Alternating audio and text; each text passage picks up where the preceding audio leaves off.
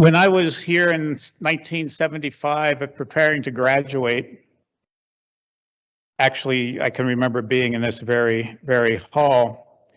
We sat dumbfounded as we watched the rushed evacuation of Saigon and the end of the Vietnam War. The images of the helicopters lifting off from the American embassy were chilling, yet it was clear that Americans had tired of this 10-year war. It was a terrible and stressful time to be in the Air Force and even to be here at the Academy. We thought, how could this happen? We had the best aircraft, we had the biggest bombs, we had the best technology, we had the best organized, trained, and equipped personnel, but yet we still could not carry the day. And here we are 46 years later, witnessing similar images as America ends its 20-year war, this time in Afghanistan. And once again, we had the best aircraft, the biggest bombs, the best technology, the best organized, trained, and equipped forces, yet we could not win the day. And although we thought we faced enormous challenges back in 1975, today you have even more to contend with. You have a pandemic to overcome, one we haven't seen the likes of in 100 years. Your lives have been uprooted in all sorts of ways the last year or so. But as the commercial goes, wait, there's more.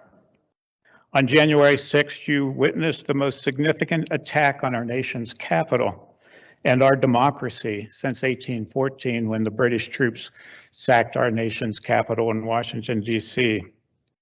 How do we keep that from happening again? But wait, there's more. Today, we see the unprecedented results of modern day climate change, with its sustained droughts and wildfires in the West, and its record storms and flooding in the East. And how are you going to fix that? Now, you might think I'm here just to cheer you up, but I'm not, unfortunately. For what it's worth, my generation, I think, really mucked things up, and we're not passing the torch along to you in a position of strength. But I'm hopeful because of what you as our future leaders are learning here at the Air Force Academy. You are learning that the world is not binary. It's not black and white. It's not the good guys versus the bad guys with a clear distinction between the two. You're learning that leaders must be equipped to wrestle with difficult issues, complicated by human aspects, and choose the least harmful outcomes when concrete solutions are not available. That so much reflects where we are today. You're learning to cultivate a capacity for dealing with ambiguity, because real education does not lead to absolutes, but as retired Colonel Anderson has often said, we're here to, real education does not lead to absolutes, but to a deafness for distinguishing grays, a thinking of one's way around and over and under a problem. So I hope your study of humanities will be a force multiplier for you, as a venue to deepen your thinking and to continue questioning why we do what we do. And that's the point of this lecture series, and that's why I believe your generation will win the day, be it a military conflict, be it a pandemic, be it a global weather issue, or the next problem that will challenge us, and there certainly will be another.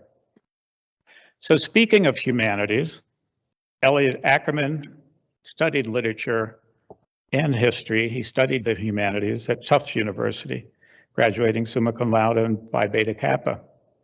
He holds a master's degree in international affairs from the Fletcher School of Law and Diplomacy.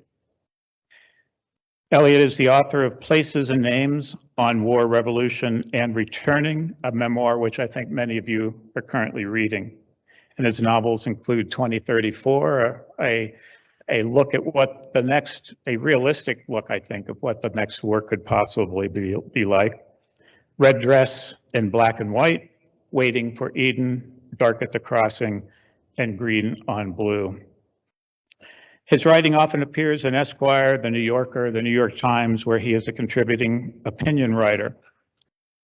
He is both a White House Fellow and a Marine. He has served 5 tours of duty in Iraq and Afghanistan as a Marine infantry officer, as a special operations operator, and as a CIA paramilitary officer. There he received the Silver Star, the Bronze Star for Valor, and the Purple Heart. He also completed many of the U.S. military's most challenging special operations courses. You can see why I'm thrilled and very proud to introduce Elliot Ackerman to you for this series tonight. Please join me with a hearty Air Force Academy welcome for this very distinguished Marine. Elliot.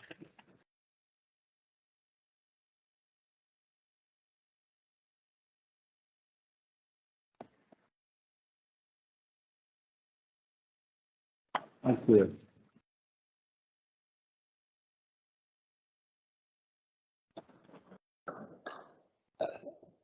Thank you so much, Mr. Jannetta, for that warm welcome, and thank you, cadets, for your warm welcome as well. It is an enormous privilege to be able to speak with all of you this evening before I travel down to Annapolis on Saturday to watch the football game. And I'll be rooting for you all in my hearts, but I was a Marine Corps officer, so we'll see. My remarks tonight are about turning in my own card, and I want you to just keep that phrase in your head, turning in my card, as we have our discussion this evening. But I'd like to frame that discussion around a joke, a very old one from the war before mine, and it goes something like this. How many Vietnam vets does it take to screw in a light bulb? You wouldn't know. You weren't there. So, identity in the American military is an enduring obsession. So long before debates swirled through our cultural institutions about the value of hyphenated American identities or the relative fixity of gender-based pronouns, the US military had already determined that identity supersedes individuality. Within the ranks, the individual means little. He or she exists as a mere accumulation of various organizational identities. So your rank, your unit, your specialty, all of which stand in service to the collective. So the obliteration of the individual, as you all know, begins in training on day one, when every new recruit is taught a first lesson, to refer to themselves in the third person. So you cease to exist. You have, at least in my case, become this recruit. And you are taught, among the many profanities that you might hear in recruit training, that there is one set of slurs that is most unforgivable of all. I, me, my. So this doesn't last forever. When I served in the Marines, one of the first privileges the Corps granted me on the completion of training was the privilege to again refer to myself in the first person. Except that I was no longer the same person. I was now Second Lieutenant Ackerman, my military identity having eclipsed my civilian one. So this new identity placed me firmly within the military hierarchy as a junior officer. And from this position, I would, over the years, further build out my identity, and thus my authority within the organization. I would pass through training courses that would give me expertise. I would go on deployments that would give me experience. And I would gain in seniority, which would give me rank. When in uniform, I would literally wear my identity, the captain's bars on my collar, the gold parachute wings and combat diver badges that show I had passed through those rigorous training courses, as well as the parade of multicolored ribbons that at a glance established where I had served, if I had seen combat, and whether I had acquitted myself with distinction. All of these colorful pieces of metal on my uniform served the purpose of immediately establishing my place within a hierarchy, which is to say that the military obsession with identity is not really an obsession with identity at all. It is an obsession with status and rank. And so it has become in the cultural hierarchy of America, where identitarians pursue an elaborate taxonomy of hyphenations and pronouns with the zealotry of drill instructors. Ostensibly, this new language is designed to celebrate individual difference. In practice, it annihilates the individual, fixing each of us firmly with an identity-based hierarchy that serves collective power structures. So, as a combat veteran, I have been the beneficiary of identity-based hierarchies for years. But this was not always the case. So in April 2004, I took over my first unit, a 40-man Marine rifle platoon. We were based in Camp Lejeune, waiting to deploy to Iraq that June. On a rainy day, when I asked some of my Marines to patrol around the base, practicing formations we would soon have to employ in combat, Sergeant Adam Bonatai, a super competent and at times super arrogant 21-year-old squad leader in the platoon, told me that he thought my plan was a waste of time. He had been to combat, and I had not. So even though I outranked him, he sat above me in an invisible moral hierarchy in which combat sits as the ne plus ultra of status. So I decided to respond to this minor act of insubordination. I brought Sergeant Bonatai into my office and had him sign a counseling sheet in which I marked him deficient in leadership. I explained that leadership requires loyalty both up and down the chain of command.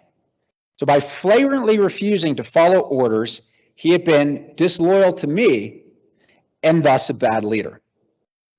When I explained that I would place this counseling sheet in his service record, Sergeant Bonatai didn't like it one bit. As he signed, he said, and I quote, "What the fuck do you know about leading Marines, sir? I was leading Marines while you were still in college." Fair enough. But we still had to go to war together. Only a few weeks after the counseling sheet incident, out on patrol near Fallujah, my Humvee hit an IED. We were driving parallel to a long canal, and I was first in the column of vehicles, with Sergeant Bonatai sitting a few Humvees back.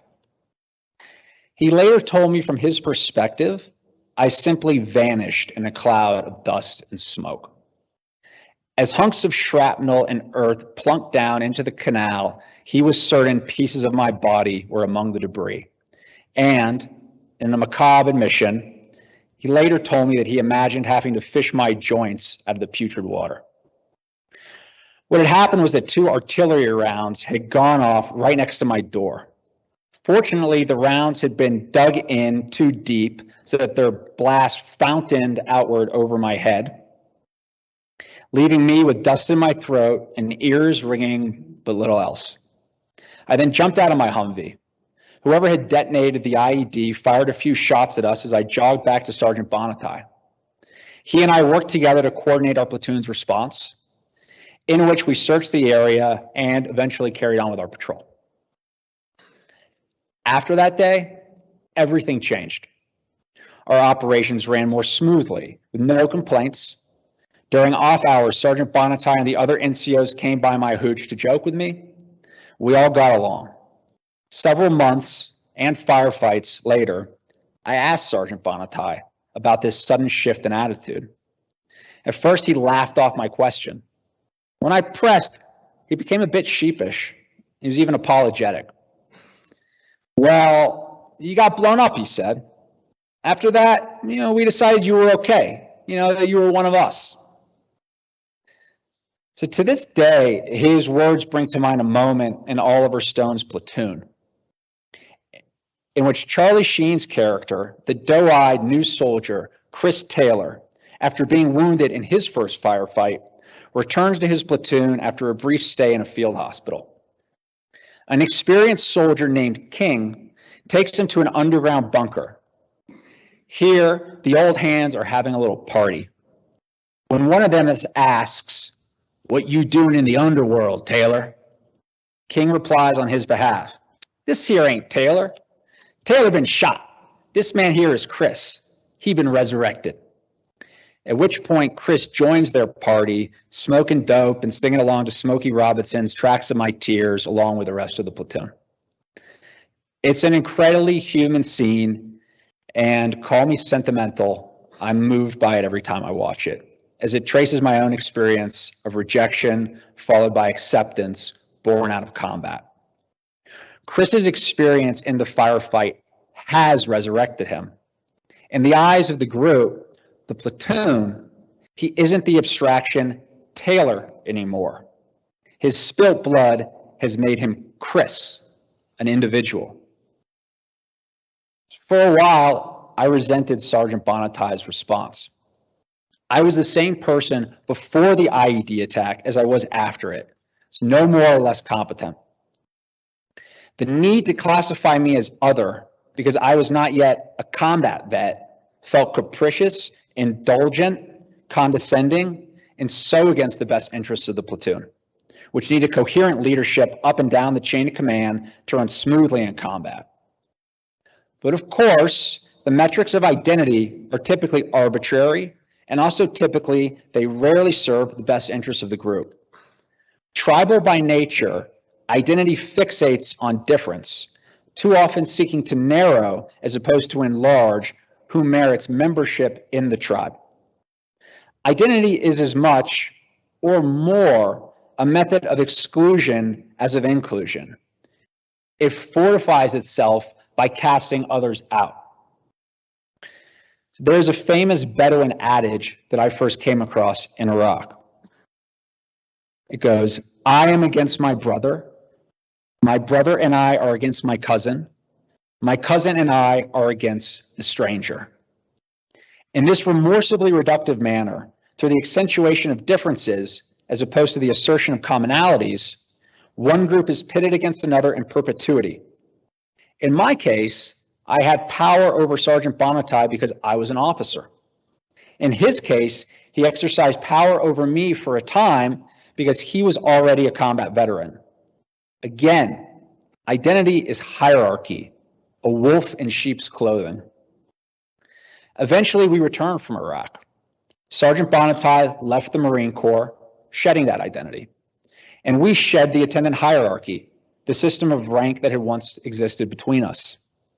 A few years later, when he invited me to serve as a groomsman in his wedding, I was still on active duty. He invited me to wear my uniform to the wedding if I wanted. I wore a suit instead. We were now simply friends, resurrected, to use King's words, outside of identity and into individuality, where we remain to this day. When he returned from Vietnam, the writer Carl Molantes went to work at the Pentagon in an anonymous desk job. He'd seen the worst of war as a Marine, earning 2 Purple Hearts in the process. Then, slowly, his actions in Vietnam caught up with him, and he received several further commendations, to include the Navy Cross, our nation's second highest award for valor.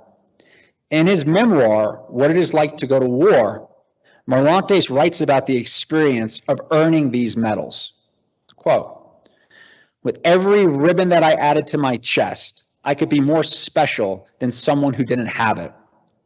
Even better, I quickly learned that most people who outranked me, who couldn't top my rows of ribbons, didn't feel right chewing me out for minor infractions. I pushed this to the limit," end quote. Molantes stopped cutting his hair. He grew a mustache that he describes as a scraggly little thing that made me look like a corn-fed Ho Chi Minh.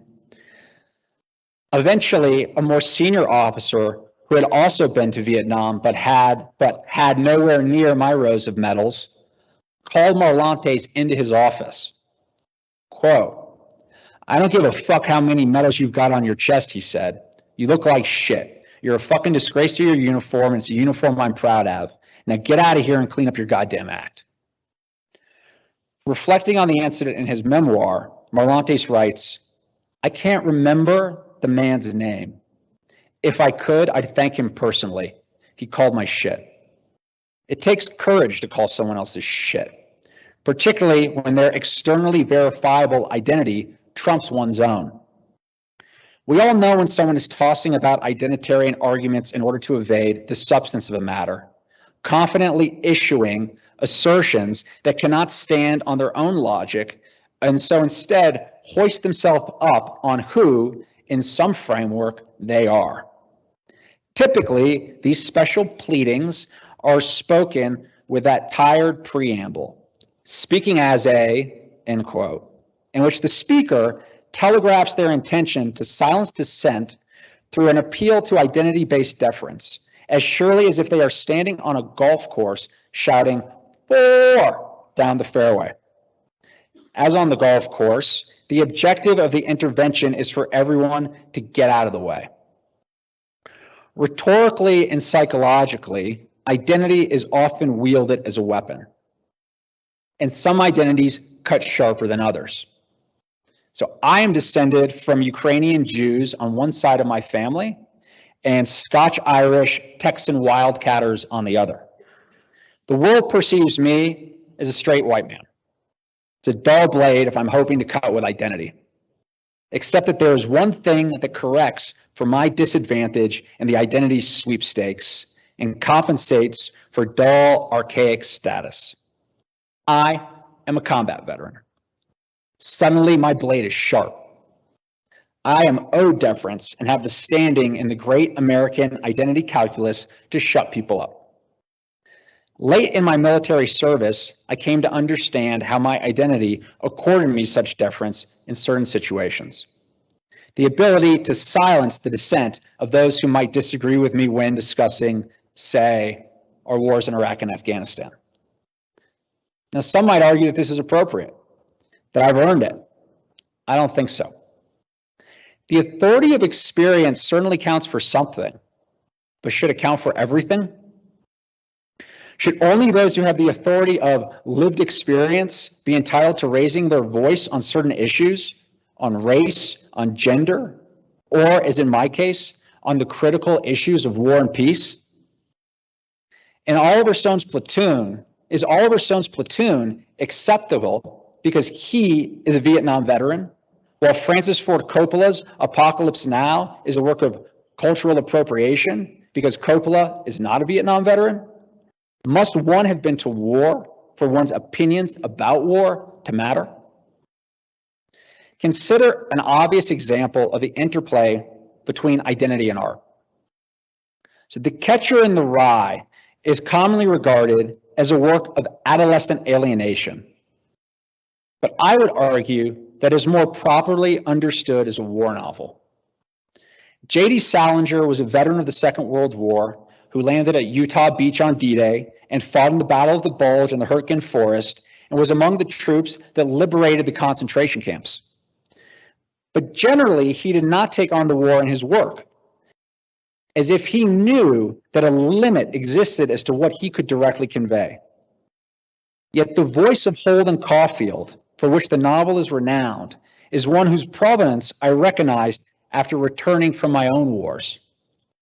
It is the voice of the cynical veteran to whom everyone is a phony, the vet who wants to visit the ducks in Central Park, to recover an innocence that will never return and perhaps never was.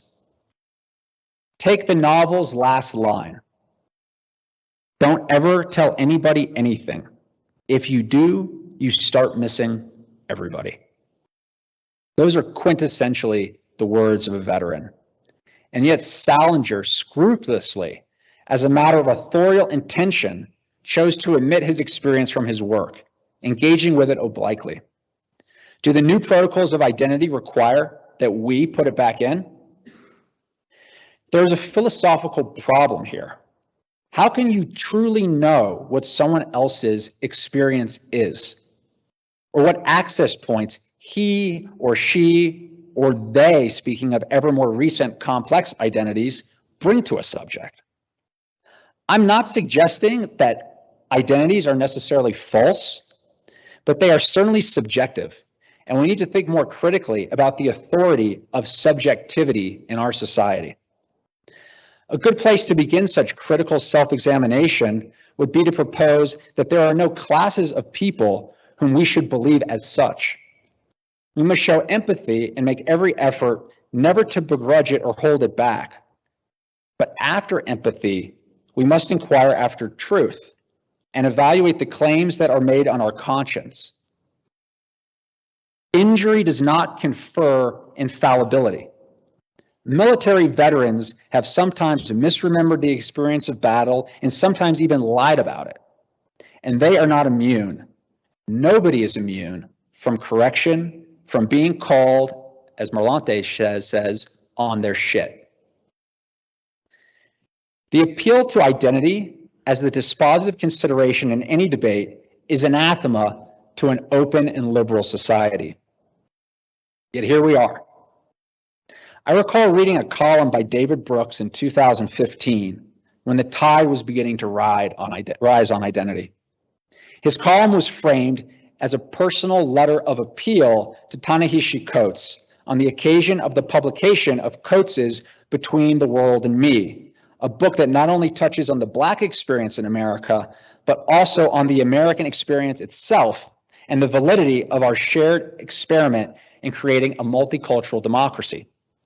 It is a book about its author, but also about all of us. Brooks did not agree with some of Coates's conclusions, and his disagreement rattled him. Quote, "Am I displaying my privilege if I disagree?" he plaintively wrote. "Is my job just to respect your experience and accept your conclusions? Does a white person have standing to respond?" Those timid sentences are a kind of epitaph for free and candid and respectful and constructive discussion. Merlante, when reflecting on his own standing as a decorated combat veteran, writes that, "In the military, I could exercise the power of being automatically respected because of the medals on my chest, not because I had done anything right at the moment to earn that respect." This is pretty nice. It's also a psychological trap that can stop one's growth and allow one to get away with just plain bad behavior. End quote. This psychological trap is now the trap of our culture, in which identity confers authority. A culture that not only stifles the interest in the individual by reducing him and her to a representative and a spokesperson, but also further isolates those groups whose interests it purports to advance. This has certainly been the case among veterans. Few groups in American life are more fetishized. We are elaborately thanked for our service, allowed to board planes in front of the elderly, and applauded at sporting events. Honoring us has become a secular Eucharist. Yet when it comes to the devastating issues that disproportionately affect veterans, homelessness, suicide, political extremism, most people just look away. Our insularity, our otherness has done nothing to lift us up. In fact, it has hurt us. A citizen need only render their deference and then be on their way. Be wary of people who pay fulsome respect to your identity, because what they are actually paying respect to is identity's twin, victimhood. The first time someone called me a victim was at a moment when I was very publicly engaging with my identity as a combat veteran. In retrospect, this correlation between identity and victimhood seems obvious, but at the time, it was not. A group interested in international relations had invited another Marine and me to give a presentation about Iraq, specifically our on-the-ground perspective. This was a little more than a year after I had returned from the war. On that day, I wore my olive green Service Alpha uniform with its khaki shirt and tie, and before giving my talk, I was generously feted around the room by my hosts. It was a distinguished group, and as we sipped soft drinks and nibbled hors d'oeuvres, I learned that certain of the people in the room held rather senior positions in government, or at least positions many levels above a lieutenant of Marines. The presentation began, and my co-panelists and I made remarks, showed photographs from our deployments, and did our best to describe the conditions under which the war was being waged. We answered questions from a moderator, the majority of which focused on the tactics of the war as opposed to its strategic utility. In short, we spoke only as junior officers with combat experience. Then, when answering a follow-up question, my co-panelist made a comment about the Sunni tribes in Al-Anbar province beginning to organize against al-Qaeda in Iraq. He regarded this as a positive development and contended that the United States needed to fully commit to this effort, which eventually became known as the Sunni Awakening, by surging even more troops into the country. He believed the war might soon turn a corner. Suddenly, we were not talking tactics anymore. We were talking strategy, and he had veered outside the lane prescribed by his identity as a combat veteran. He was now speaking the language of policy among those who held senior policy positions. And this was in 2006, a time when the war in Iraq was becoming extremely unpopular. When the moderator asked whether or not I agreed with my comrade, I said that I did. The moderator then solicited the next question. Hands shot up. An older woman went first. She asked how either of us could possibly defend the idea of sending more American troops to Iraq. My co-panelist reiterated his arguments that al-Qaeda had overplayed its hand, that Sunni fears of Shia dominance in the newly formed Iraqi government created an opportunity that could undermine the insurgency, that it was worth making an effort to salvage the blood and treasure America had already expended. Did counter-arguments exist? Of course they did. Did this woman engage us on the basis of those counter-arguments? She did not. Her disagreement took an entirely different direction. She explained that we supported a surge because the war had made us victims. I'm very sorry for what you've been through, she said, but you are victims of this war. Given your experience, I have a hard time believing you can see the situation in Iraq clearly. Emotionally, you're too invested. Having made this declaration, she did not sit down, but remained standing in expectation of an answer. Politely, I explained that I was in no way a victim, that I had volunteered to serve in our wars and had volunteered again. I would soon leave for Afghanistan. That my opinions were rooted in my experience and my understanding of it, and that she was free to disagree with my arguments on their merits, but not on some specious claim that I was a victim of the very experience she had come to hear me discuss, and therefore no longer able to think as an individual. The woman refused to relinquish the microphone until making a final point. Although she appreciated hearing an on-the-ground assessment from a combat veteran and continued to offer the somewhat obsequious respect that my identity commanded, I did not have her permission to repudiate the description of myself as a victim. According to her, the very fact that I refused to view myself as a victim was all the more proof that I was one, that the wars had damaged me. I had been blinded by my time at war to the wrongness of supporting any position except the swift and immediate termination of these wars, regardless of actual conditions.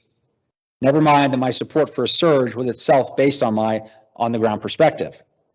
The only position that I could properly derive from my experience was the one that coincided with her own. This incident has stayed with me not because it was unique. On later occasions, I would again be called a victim, but because it was the first time that my relatively new identity as a combat veteran had actually served to disempower me. Another combat veteran, J.R.R. Tolkien, who fought in the First World War, provides an analogy. In his Lord of the Rings trilogy, Tolkien writes about the rings of power, particularly the One Ring, which gives its wearer the ability to see and govern the thoughts of others. But it also slowly erodes the wearer's vitality. In Tolkien's trilogy, the humble Frodo, whom Tolkien modeled on the common British Tommy with whom he served in the trenches, is the only one who can bear the One Ring because of his pureness of heart. But even it calls to him and haunts him, robbing him of his strength and nearly spelling his demise. Identity, even an identity confirmed by a chest full of ribbons, seduces in a similar way. It is a devil's bargain, not a heaven in which one serves a nobler cause, but a hell in which one reigns. When you wear identity, you can feel its power, but in the long run, it takes more than it gives, leaving you bereft of your individuality, a golem enslaved to its service. So to escape this system of doctrinaire social evaluation, we must each disarm. Is it possible to displace those who brandish identity as a cudgel from the center of our culture to its fringes? Now that would be revolutionary. This would involve us no longer deferring to a person's identity, but rather to their individuality, and recognizing that individuality consists in more than the simple accumulation of sub-identities, the sum total of all our group memberships. Veterans occupy an interesting niche in the politics of identity. As a group, our struggles are as real as those faced by other groups. The history of civil rights in America is also the story of America's veterans. And we too enjoy inclusion in legislation with special protections, much like those dispensed to racial minorities and other marginalized groups, including equal employment opportunity, access to housing and education, and protections from targeted crimes. The important difference is that we are not born veterans. It is an identity we come to later. We choose it. When I was beginning my military career as a college midshipman, my enthusiasm to become a Marine was boundless. I wore my hair according to regulations, though I was not yet required to do so. And during vacations, I found a way to volunteer for an internship gophering papers around the Pentagon. In certain ways, I must have been insufferable. That is why I suspect a recently retired Navy SEAL commander who worked a few cubicles down from mine as a civilian stopped by one morning.